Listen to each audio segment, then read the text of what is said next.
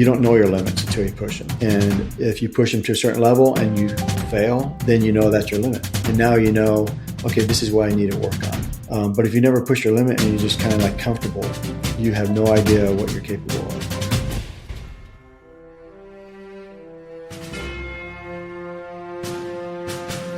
Welcome to Mindset Lessons from the Field. I'm Gina Cazazza, the author of the upcoming memoir, Training with the SEAL. Today's guest spent 27 years as a Navy SEAL, 20 of those years on SEAL Team 6. He retired as a Command Master Chief, including 18 deployments and leadership roles such as Squadron Master Chief and Operations Master Chief for a 2,000-member command. He is the author of the SEAL SOP Handbook. He now leads sales at Faro Concepts and runs Action On Consulting, providing leadership training. His career showcases exceptional skills in team leadership and project completion, using both success and failures as key learning points.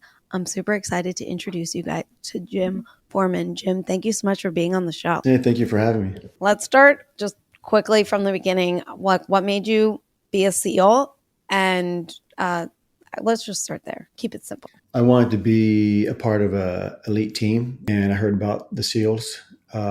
And I thought that being a part of a group of guys that had the same mindset, challenged themselves and always worked to be the best, would be a really cool place to be in a military unit. How do you have that mindset at such a young age? Was it something that happened in childhood, or? I'm not really sure, but I wasn't like crazy into sports, but I think I like the camaraderie of sports. You get some of that with some good friends and some good mentors and stuff like that. But I was trying to find out, hey, is there a military unit what's the best military unit out there? And once I discovered the SEALs, I did some research and I was saying, okay, that's what I want to be a part of. That's what I think I like. When you got the opportunity to go to BUD/S, was it more or less challenging than you thought? It was very challenging. I didn't know what to expect, really. So it was kind of new for me. There was not too much information on it. And I was not disappointed. It was extremely challenging in many ways. For instance, it's not just all physical. Probably 90% of it is mental. And that was interesting. It almost tripped me up a little bit there. How do you train for that mental aspect? Or is it something you had in you, and did you have to, was there any negative or doubts or anything like that came in that you had to combat out? I thought that my assessment is that you kind of had that in you, and that's why you can't really tell. To this day, they're trying to find out, hey, who is going to be a SEAL? Who has the most chance of being a SEAL? So we recruit those people so we don't have so much of a drop rate. And you can't do it. You could guess or you could assess that certain groups of people can do better. And it's usually a sports-based thing like wrestling, swimmers and stuff like that. But even those guys drop out and quit. And so I think it's just something you have as you're growing up. And a lot of it is hardship.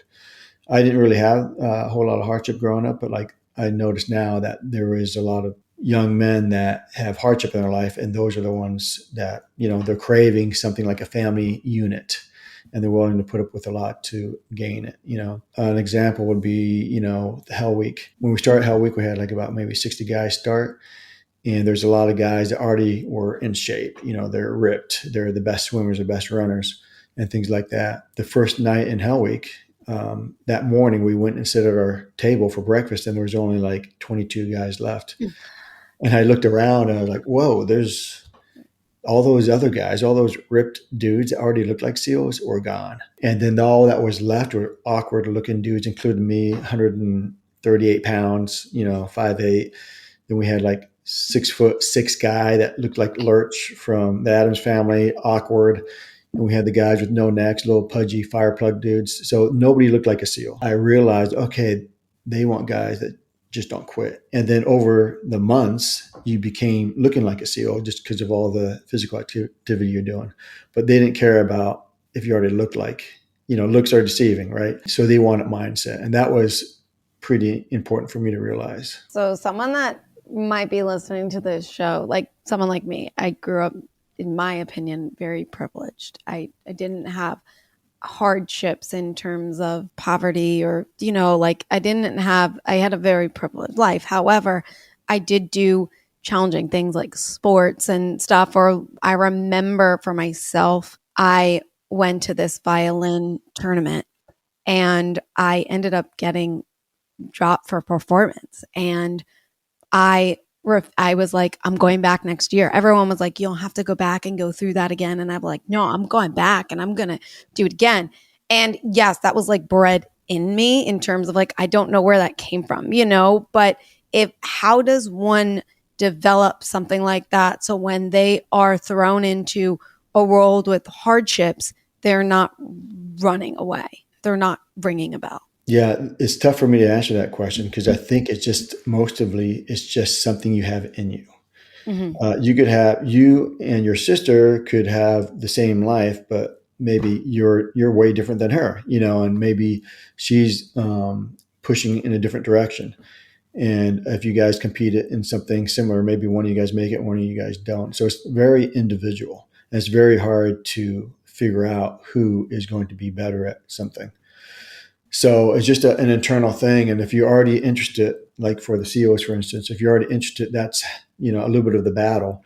And then it's like deciphering, why are you into it? Just to be flashy or showy, or are you ready to do the hardships? Because, buds is just the beginning. One of the things that a lot of guys quit from, or at least two or three, was when the instructor said like, hey, you think this water is cold, you should wait till we're going out in South Korea or Japan.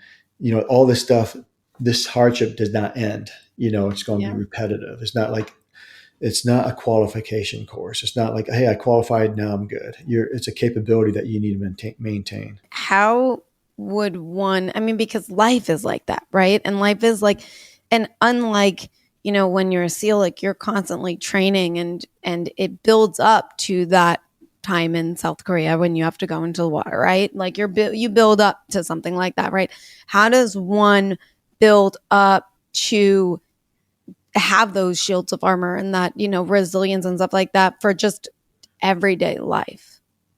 Like what training should someone like you've trained every single day from the day before you even went to buds, right? You had to pass. It's not just you get to go to buds. Like there's a lot leading up to the privilege of being able to go there, right? So like what would like someone do in terms of just like being prepared for life? For life, well, I think to challenge yourself and to push your limits. Really, you don't know your limits until you push them. And if you push them to a certain level and you fail, then you know that's your limit. And now okay, this is what I need to work on. But if you never push your limit and you're just kind of like comfortable, you have no idea what you're capable of. So I think just always pushing yourself, gaining a lot of knowledge in different areas is always going to help you. Now, you were in SEAL Team 6, and we had a previous guest on the show, Don Mann, who was on SEAL Team 6, but we didn't really talk about it. And I know, you talked about less than 1% get drafted into SEAL Team 6, 40% turnover rate. Can you talk about how you ended up being able to get the privilege to have a shot at SEAL Team 6 and what exactly that was like that differed from being on a regular SEAL team? Just having a solid background, and it doesn't have to be anything crazy at your regular team, volunteering and then going through a lot of psych eval and training and physical training. And then they do assessments and they also try to see if you're going to be a good fit. So they do a lot of interviews. And then when you do get accepted, you do your PT test and then you start, right? And then some of the best guys get dropped sometimes because they can't shake that they were an instructor or something. So they think that they already should know something. But really, you should just forget everything you know and just start from scratch. And sometimes that's tough to do. Now, did they pick you or did you say, hey, I want to go that route, like SEAL Team 6? You volunteer and then you get thrown into a pool. And then if you have like maybe 50 guys, they interview you and they weed a lot of guys out with interviews and psych evals and things like that. And not that there's anything wrong. They're just looking for a good fit. Having a good reputation is a huge part of that. If you don't have a good reputation, you might as well not apply. Now you said something interesting in terms of like, did you know exactly like what they wanted in terms of like interview wise, or it was just like, I'm just going to answer their questions and see if I'm fit? No, you're just going to go in there and answer the questions the best you can, because they may pick up on, every interview is going to be a little different. They may pick on a little idiosyncrasy that you may have, and then just kind of push that one area. So you can't really tell the next guy, hey, they asked me this question. They're going to pick up on things. They're very observant. And, they got everybody from, psychologists to just other operators that are just looking to pick the best guy. And that guy may have no experience at all, but they're looking for somebody that's willing to learn and accept the fact that everything that they have learned may not apply where they're going. I think it's really interesting as you say that, because as I'm translating this to the civilians' life, and what we experience is like, a job interview. And especially like when you're going out for a job, when, you're getting rejected after rejection after rejected, and you just don't know. And then sometimes you're like trying to change yourself to fit what you think that they want versus, like you said, I remember for myself when I was in the acting world, and they're like, you could nail it, but if you look like, someone the director dated, they don't want you because of just like things like that. And you have to be able to shake it off and be able to go on to the next one. Right. They'd rather have somebody that has maybe very little operational experience, but is willing to learn and open minded and things like that, that they could train you, by somebody that has a lot of experience, but may have a little bit of ego from it, or is trying to build themselves up for them. They don't want that. It's a kind of a red flag for them. I'm going to just bring this up now because this is what I feel like, leadership is something that you talk about a lot. You provide a lot of leadership training and consulting and stuff like that. I feel like what we're talking about makes for a good leader in terms of not having an ego, having an open mind. And yet sometimes when we're in that leadership role, we feel like we need to be the one with all the answers. We need to be the one that, that knows everything and all that stuff. So can you discuss leadership that you approach, like when you like are consulting, and what makes a good leader and how you learned and discovered this part of leadership? Yeah. You mentioned somebody that expects themselves to know everything, or they think that they should know everything. And you're not going to have that. You're going to know something specific. You're going to be really good at something, but it's okay not to know everything. Part of it is like you're going to hire people or surround yourself with people that have those skill sets. For instance, like a master chief is not going to know everything about the administrative world or the communications, the freaks and all the stuff that the experts know. But you're going to have those people at your disposal. So don't try to brief something that you know very little about. You want to bring those people in to brief, and also give them the credit, purpose to be able to brief something, and that you're entrusting them to brief for something. And that just helps people like respect you a little bit, and they understand that, hey, he's entrusting me to brief this portion, bringing me in to do this. They have faith in me.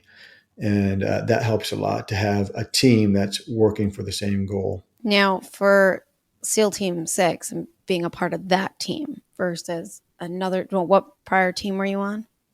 Team 1. So can you talk about the difference in terms of being on SEAL Team 1 versus SEAL Team 6? There's not a whole lot of difference. The regular SEAL teams do the same thing we do. That's what's cool about it, is that we have the same culture, as far as hardworking and all that stuff. The biggest difference is we have a lot more money to train, and we get the best type of equipment and stuff like that. So we focus a lot more on training. And of course, we're deploying a lot more too. So when I was listening to an interview, you mentioned that you were the best shot at Team 1. And then when you got to SEAL Team 6, you took your first shot and then you missed, and everybody was really, really good there. Like, and even the Master Chief is training and working with you. How do you shake off the whole, like, I was the best, I just missed? Like, I mean, that in a way, I don't know what was going through your mindset at that time, but if you could just walk us through like the mindset that you had when you I'm sure it was like a bit of a shock to go from like the best to then missing. And it was a very pleasant thing, not something that I was disappointed. So I'll tell the story real quick. I was like Yeah. maybe the top 5 pistol shooters at Team One, right? Or one of the best there, right? And then I go to the green team, I go to my squadron, and the first day we're doing this crazy, it's a Friday, we're doing this shooting, all this stuff. It was a competition. You know, you have a team of guys, so 5 guys behind me, and your job is to shoot down all these targets, plates from 5 feet all the way down to 30 feet. If you get them all, I think there's like 10 plates and you have like 15 rounds. If you get them all, you just roll out and they pop back up for the next guy and it just keeps going. If you miss, you roll out and then the next guy has to get your plates and his, and there's possible a reload. So that slows things down. So you're competing with 5 different groups. First guy went and he knocked all his plates down, and I come up and I'm nervous and I shoot the 5-foot target and I missed. And I was like, oh my God. And so I rolled back and then I was looking at everybody shooting, and, it was like everybody was shooting like that first guy, clean. And I was not shooting up to speed to their level. Plus I was nervous, but still I was not that clean of a shot. And their weapons were not bouncing, it's like the recoil was like right on so they could take these repetitive shots. And I was excited. I was like, oh, wow. I was one of the best at the other place, but there was nobody better, nobody really super good. Now I come here and everybody's better than me. And that just shows you that you don't know your limit. So I figured, okay, maybe in 5-6 months, I'll be pretty good. And within that time, I got to be maybe the top 10. But that was great for me because I just saw everybody being good. Okay, that's just going to rub off on me. How am I not going to eventually be maybe as good as them, or at least close to them? Did you do a lot of like on your own training after that to get to that level? A little bit, but really you're just shooting so much over there. It's just a natural thing, right? And then you're around. The thing is that everybody has ego. So it's not like you don't have ego. But over there, it was refreshing to see somebody there for 10, 15 years that doesn't have attitude. Oh, a new guy, right? Mm-hmm. Yeah, there's new guys things that you need to do, but they knew that you had survived Green Team. So they understood, they trusted that system, right? That course. So if anybody made it, they already accepted you and they brought you under their wing and they're already naturally mentoring you. So it was really nice to get brought in to a mentoring atmosphere where like 30 guys are basically mentoring you, and you're getting different perspectives from everybody. And that's just enhances you and exponentially gets you that training quicker. So you brought up Green Team a couple of times. Can you explain exactly what that is? It's like Buds, but it's just another course that you go through to make it to that command. And it's just a little bit more, and not intense, it's just different, right? You're just doing things at a more advanced, all live fire, all pretty intense stuff. And they're really just trying to put a lot of stress on you to find out who could handle stress, still be calm and make decisions and not collapse, like not mentally just break down because you've made so many mistakes. The idea is that you make a mistake, you shake it off because there's another target right over there or another problem that you got to address, and you got to shake off that last mistake. And sometimes you make a mistake and you're in your head, people are yelling at you, and then you make another mistake and they got to stop the training just because they don't know what you're going to do and you don't know what you're going to do. It's just a lot of stress involved, and it's purposely induced to create, realism and combat situations. How do you just shake it off? And how can we like learn to just shake things off and like be able to be, and you said this where you have to like not be in your head to be able to like move on to the next one, to know what you're going to do, right? And if you're in your head too much, you're not going to know, right? You're just going to be just reacting. So how can one train for that in the civilian world? The best way is if you're focused on a project like the civilian world too, right? If you're on a project or whatever training, you need to, you have a goal, you have a purpose, keep your eye on the purpose. And when something gets messed up, you need to be flexible to adapt to new problems and not to give up. There's usually always a way to get something done, and you just have to be open-minded to be able to figure it out. And that's kind of the thing. It's like there's no perfect way to do something as long as you get it done in the end. Mm-hmm. Right. So it's not like, instructions on how to do this one problem. There probably are, but what happens if something blocked you from doing it. Now you just got to figure out how to do it, and you need to kind of think pretty fast. And that's one way. Another way is, we're really good at compartmentalizing tough things, right? So you can move on. And that's also what they're training you to do, is to compartmentalize, drop that thing that just happened and still focus on the problem at hand and move on.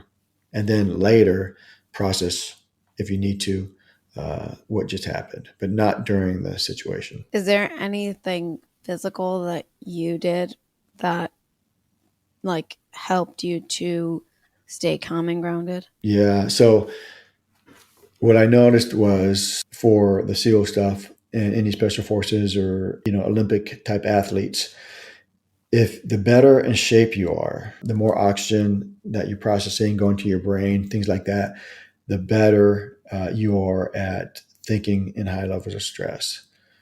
So if you're not as in good shape, sometimes the oxygen doesn't get to your brain as quick. You're breathing really hard. You're focused on that, and a problem happens, and you're kind of like, you stutter a little bit. So the more in shape you could be, and also meditation, have that meditative type of calmness in tough situations is key. Once you start using up your oxygen, it starts not going to your brain, going to other parts, and you're losing quality time to process a situation. Can you like share a memorable mission that you had that you got like key takeaways from that now you use in today, or that you teach people today? Not a specific operation, but in general terms, if you can provide a training environment where you are pushing yourself, also a culture where it's okay to make mistakes, that just helps. Because then, as even in the corporate world, if it's okay to make mistakes, I mean, yes, you will make mistakes, but it's acceptable, and you talk about it and you learn from it. That's called experience. So that's really one of the best ways to get experience, is by making mistakes and learning from it. If you keep making the same mistake, yes, that becomes an issue, and that counseling happens, and then you may be relieved if you have been warned and all that stuff. But if you're making mistakes, it's okay, especially if you're leading from the front, and doing things that nobody else has done before. You can't just clean that, right? You're going to have to have some hiccups along the way. Good leadership will recognize that they are being vulnerable enough to put themselves out front to lead something that's very unique, and there's going to be some mistakes, and you want to keep them motivated to, hey, you're doing a good job, things like that. So they understand that, hey, I don't have to hide my mistakes. I don't have to be risk adverse, so I don't make a mistake. There's going to be some mistakes that are making, causing some issues. And as long as you get the job done, and you are learning from these, then that's the best outcome. And also to talk about them afterwards, so other people learn from possibly your mistakes. I feel like some mistakes, I feel like your mistakes could be a lot higher than the civilian world. I mean, people could die, right? I mean, Right. it's just, and I mean, and the same thing too, like in the civilian world, like, you're operating on somebody, or, you're on a film set and something happens, and then, an accident happens that, where a life is at stake, right? How do you, or did you have any, like, can you share like a mistake for yourself that, was maybe like a high mistake that you had to, learn from and shake off from, and just, and move on from, what might have been more challenging?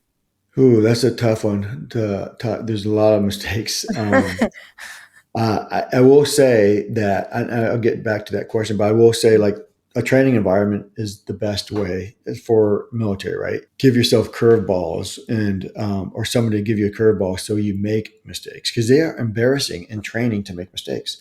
Mhm. And sometimes when you're doing shooting and things, jumping and all that stuff, they can cause injuries. So having a training environment that helps out. If you don't have that opportunity, like in corporate world, then giving somebody small jobs, small goals to see how they do, to be mentored and a shadow for you, and eventually get them to take on some bigger projects as you go.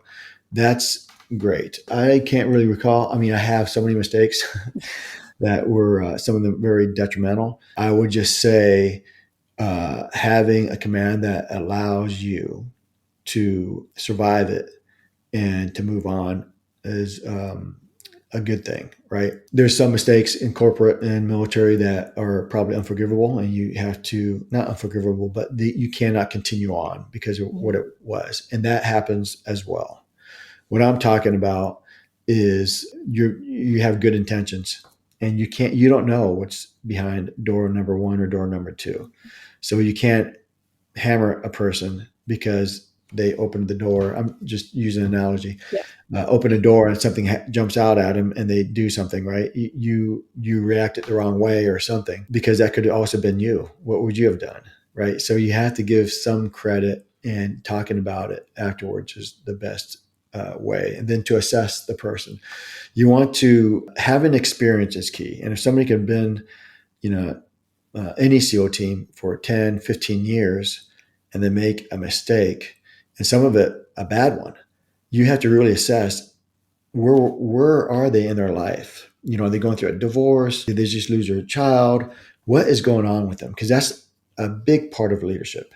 If you're just judging people for every mistake they make and you just kick them out, you're not being a very good leader. You really need to look at what's going on with that person. What happened? Did you miss something? Were they trying to talk to you before and you just said, "Hey, I don't want to hear it. We're moving out." And then they make a mistake. So there's some accountability on you too when you're pushing somebody. So you have to take that into account, that it may not be that person wholly that's responsible for that mistake that they got tagged with. There may be, and I would tell you, that's one of the most frustrating things is when you see somebody make a mistake and there's accountability higher up and they are scot clean, right?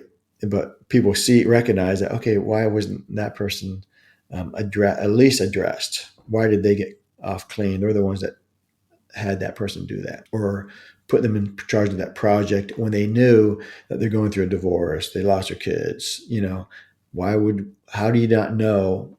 Because a lot of it's just assessing each and every one of your employees, your people, to find the best fit for that job. And it may not be your top performer at the time, just because of the situation going on. Now, speaking about like all this in terms of, knowing that you go in and you consult and do leadership training and stuff like that, do you have a story like of a really poor leadership that you had to turn around or help and consult, and how do you even go about doing that? One frustrating thing is to have somebody above you. We all have a boss, and then that person above you is just complaining about that boss, just like you, right? You're a junior person, and you're like, "Man, this sucks." And then the leaders above you are also doing that. It's like, okay, there's at some point you got to stop. And when you're in a leadership position, you shouldn't be complaining. Some of it is understanding that, okay, we can't change what's going on, but I'm in charge of 5 people.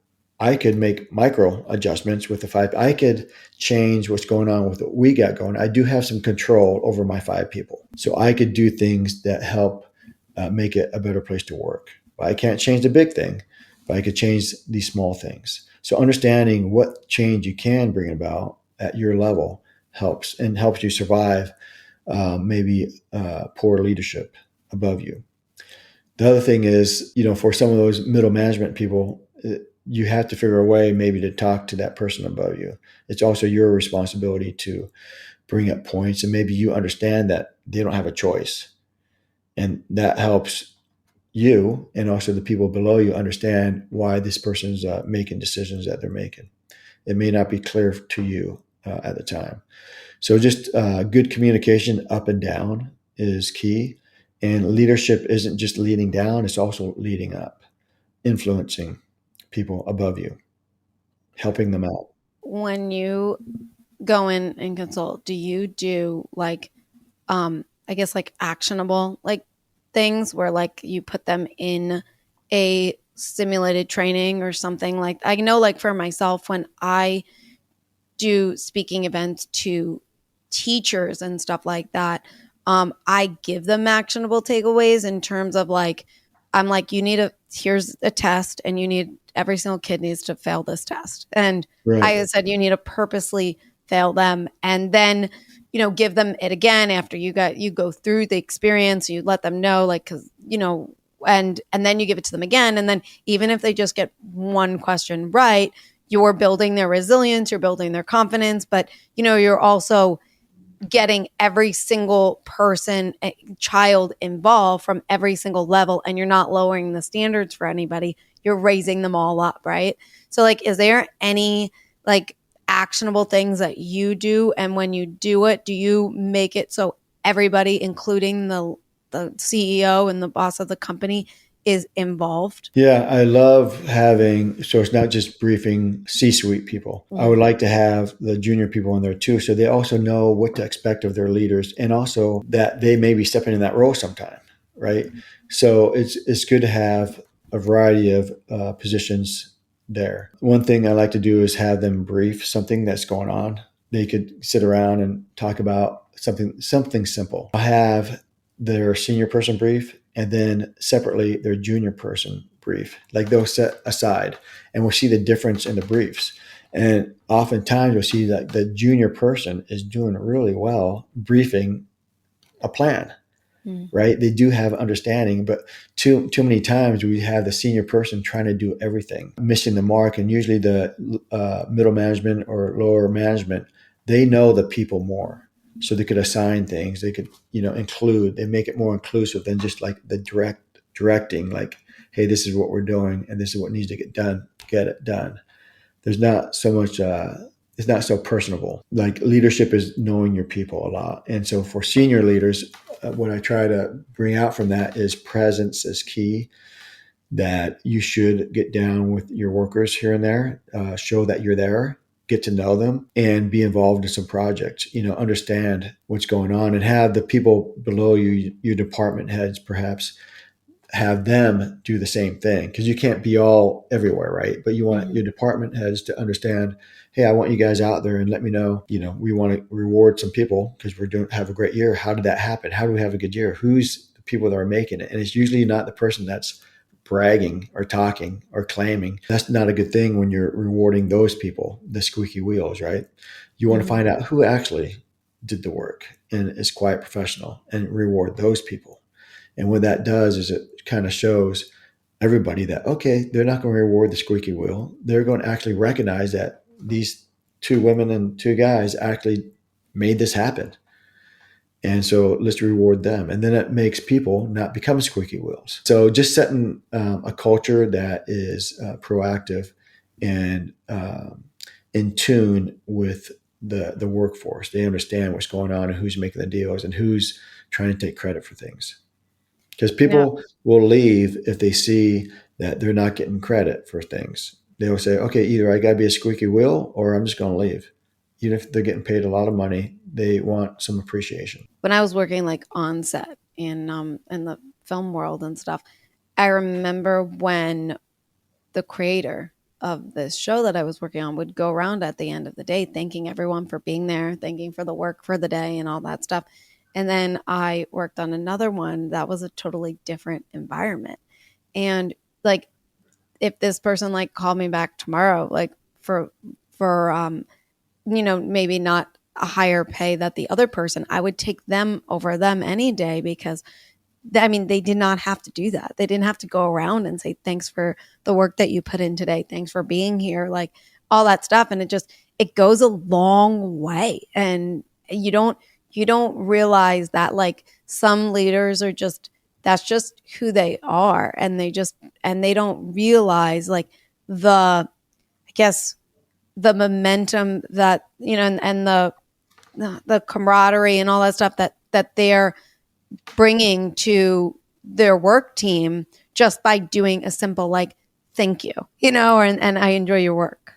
Appreciation goes a long way. It really does. People want to be appreciated. They'll work for a company that may not pay as much just because they're happy to go to work, and they enjoy it, and they like their coworkers, their bosses, and they're being recognized. Mm. Yeah. And now I want to segue into the SEAL-SOP handbook that you created. What made you want to put that together?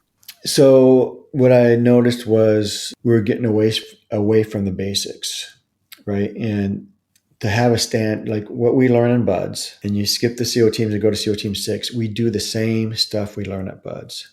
The same stuff. It's very basic. All we do better is that we could assess a problem and make a decision quicker. And kind of like, if you do it enough, you're going to start, just like any person, you can start seeing things in 3D. You can start like imagining, hey, if I did this and that, this probably will happen. So I'm going to do this. You know, you're looking, it's like a chess game. You're thinking 3 to 4 moves ahead, even 5 moves. We just do things quicker over there.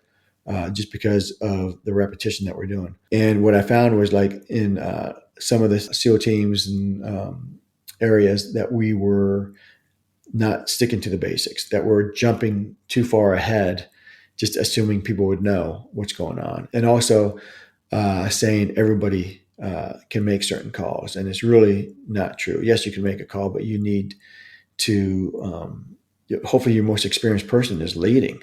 Right? Just like a corporate, you don't want the person that just got here a year ago making a business call right off the bat. They can have a suggestion, but that your leader, your middle management and senior C-suite people should be directing where we're going. There's an SOP book, standard operating procedures. And what it was just like a very visual 100-page book that just explained basic SOPs, hand signals, things like that, that we had gotten away from. It's funny that you say that because when I was at Team Eagle One, Coach Mack used to say, like, if you think you don't need the basics, that's when you need the basics. Yeah. And you always need to go back to those basics every so often because they're the foundation for everything. And the more you learn and you grow, your ego gets, and your confidence, it's natural, as your confidence goes, sometimes that ego comes, and that's when you have to be like, okay, I got to go check back to the basics. I got to go. And we seem to forget that no matter where, what stage, what level, like whatever we're doing in life. And I think that's super important. Yeah, you hit the nail on the head. It's a foundation. And you can't build up if you don't have a solid foundation. If you try to start in the middle, it's going to fail. What other core principles that you might have that you do have in the book that, aren't just for the field, but for everyday life? There's a leader in all of us, even as a junior person, right? You need to lead, even if it's just me and you. One of us has been here maybe slightly longer or maybe not, but like somebody's going to take charge if me and you are in a project, right? And we're at the same level. And that goes up to being in charge of 2, 4, 5, 6, 8, and then just understanding that role that you have. A lot of times people don't understand the role that they're moving into. So if they don't understand the role that they're moving into, they usually do their last job because they were good at that. Mm-hmm. And then that turns into micromanagement. Understanding the role that you're moving into is key. And sometimes you see the person above you in that role and you think that that's what you're supposed to do. And it may not be. They may be, why is this guy micromanaging everybody? Well, he doesn't understand his role. And so to have clearly defined roles for each level that you're moving up, corporate world or military, is key to understand what you can do, your left and right limits. And then sometimes you break those left and right limits when you need to. So let's talk about your transition then from your military career into the civilian life. You did 27 years, and then you go into civilian life, which is night and day. And yet you seem to built this successful, consulting business and everything like that. Like, what has helped you from your military career that helped you get success in the business world, and what struggles did you have in between? Was there an adjusting period for you? Yeah, definitely an adjusting period because we're so purpose driven over there, and we have a purpose that's very well known, and we're driving to that. And when we come out, we're trying to find a new purpose. So it's tough to find something, especially as significant as what we all did. In anybody in the military, you have that purpose. So when you transition, it's like, okay, what's my purpose now? So trying to find that is kind of interesting, and you kind of falter around until you find it. So that was tough. The once you find out what your skill sets are, what you have that maybe other people would like to learn from, whether it's for me, it was like shooting skills and training, and then the leadership stuff, which was pleasant for me to even talk about. So that was enjoyable. And then the job I have keeps me involved in military units, and so I'm still have that attachment to those people, because it's kind of tough to just give that all up. It's very much like a brotherhood, kind of like a team that you're in. You still want to be slightly involved, at least, with them. So the Pharaoh concepts, making tactical gear and getting input from all walks of military life is kind of cool for me to still be a part of. The mindset that you developed in your SEAL career, how does that help you in your business life, and what exact, I guess, core, like, I don't want to say like strategies, but I guess in a way like that you learned that helped you to, because to grow in the business world, because it's a tough one. Yeah, I think the biggest thing is knowing that anything is possible. Like in this world too, we're so funneled into the military side that when we come out of it, it's like we're on a different planet, and we're like kind of like, wow, what can I do? What can I do that was relatable? And I think you mentioned it before about asking for something for yourself, right? Mm-hmm. So knowing your worth is key. Like everybody, whatever job you have, to know your worth. So when you do ask for that raise, or understand, or ask for a new position, know your worth. Understand and be confident in it. Not egotistical, but confident. Confidence is key to have, and it plays in all your areas as you're growing through life. Having a solid understanding of what you're capable of and what you can do, and some things will be new for you, but you're going to go ahead and walk into it and just have that confidence that you're going to learn. It's funny when you're like, different planet. And I just feel like for myself, like in the business world, like, because I come from a environment where I know my job. I know what I'm supposed to be doing. I know like what needs to be done to get the project completed or whatever we're doing, right? And then when you decide to then work for yourself and create a business, and you're just like, what do I do? Like nobody's telling me what to do. I have to figure it out, right? And then when you figure it out, you don't even know if it's going to work to make you money, or if, like where it's going to go from there. Like you have an idea of what you want Yeah. and what the business is. Obviously, you created this whole business, but then it's just like, okay, now it's like for you consulting, I need to get clients, right? Right. For, someone that might have like an e-commerce, I need to get customers, right? So how did you learn in your military career that helped you to like get those clients and get, and get, the I guess the monetizing of it? Yeah. Huge amount of social skills. So being able to talk to a variety of people and not come across as egotistical and a know-it-all or whatever, but having so good social skills is key.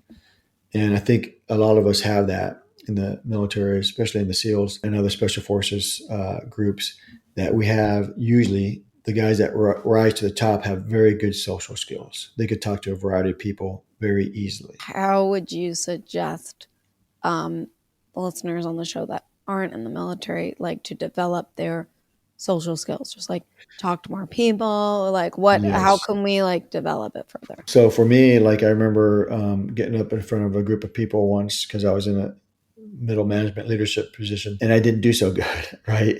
So you just have to get out there and do it, Mm-hmm. and get used to talking to a variety of people.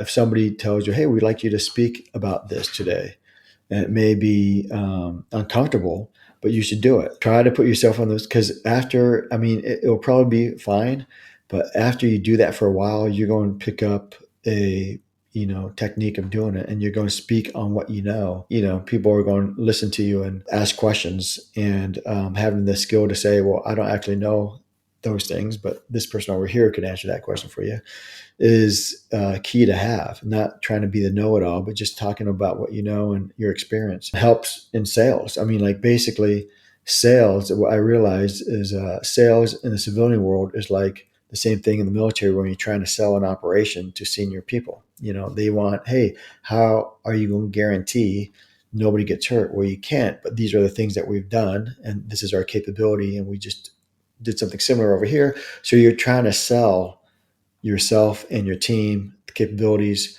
to get an op. You do that in sales in the civilian world.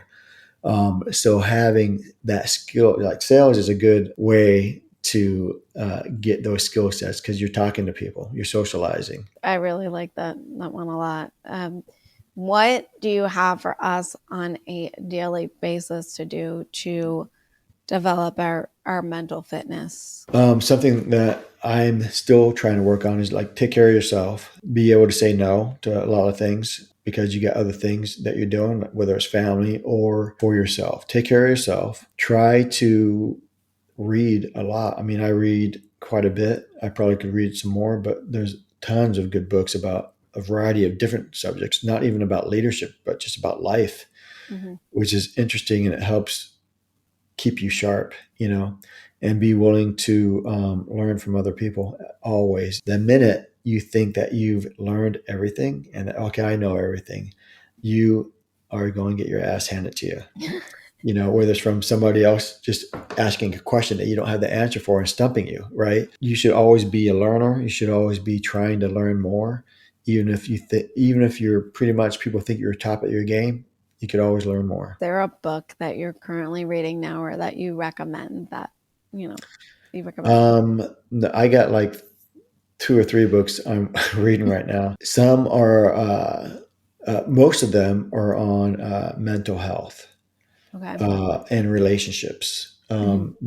And I'll tell you, any book on relationships is going to help a leader, because not only a relationship with your loved ones or your spouse, but relationships with the people that you work with.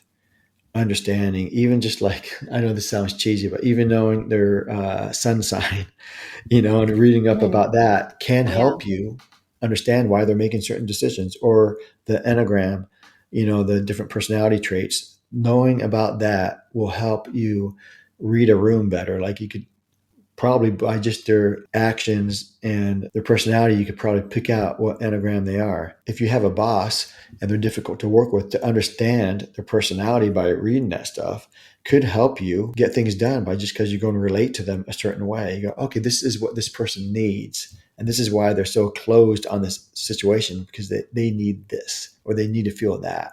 So I will give them that. And the next thing you know, you're getting the project done. And it's all about relating to people and understanding. So books on personality, psychology is always a winner for getting to know people better and dealing with relationships. As you say this, there's a book that I read recently. Not that recent if I can't remember the title, but I remember what the cover looks like.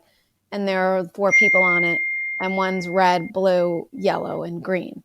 And I gotta remember this title to give out to listeners, but I really recommend it because when you read the book, they tell you about the different types, the red people, the green people, the yellow, and the blue. And there could be a mix where like you could be a red, green, or whatever. But the whole purpose is to understand these types of people. And then when you do, this is how you sell them. This is how you market to them. This is how you connect with them for your business. And it was a good one. I'm gonna have to figure it out before your episode launches. So I'll throw that in the comments on the book that I'm talking about and let you know about it, because I think that is very important. You need to know, like you mentioned, each person is different, and the way you're interacting, you got to learn how to be social with all different types of people, and that really is going to help you in terms of with your business and getting those sales and monetizing. So I appreciate you being on the show and sharing all of this with us. You've been a pleasure. Yeah, thank you. You asked some great questions. Well, I do my best to not make them so generic. I really like to dig in to help myself as a business owner that feels very clueless. And so I appreciate all the stuff that you share with us. No, thank you. And everyone that's listening, please like, share, comment, subscribe, become a Substack subscriber. Everything on the Substack is completely free and is to help you develop your mental fitness to tackle those challenges that come at you in life. So thank you guys for listening. See you all next week.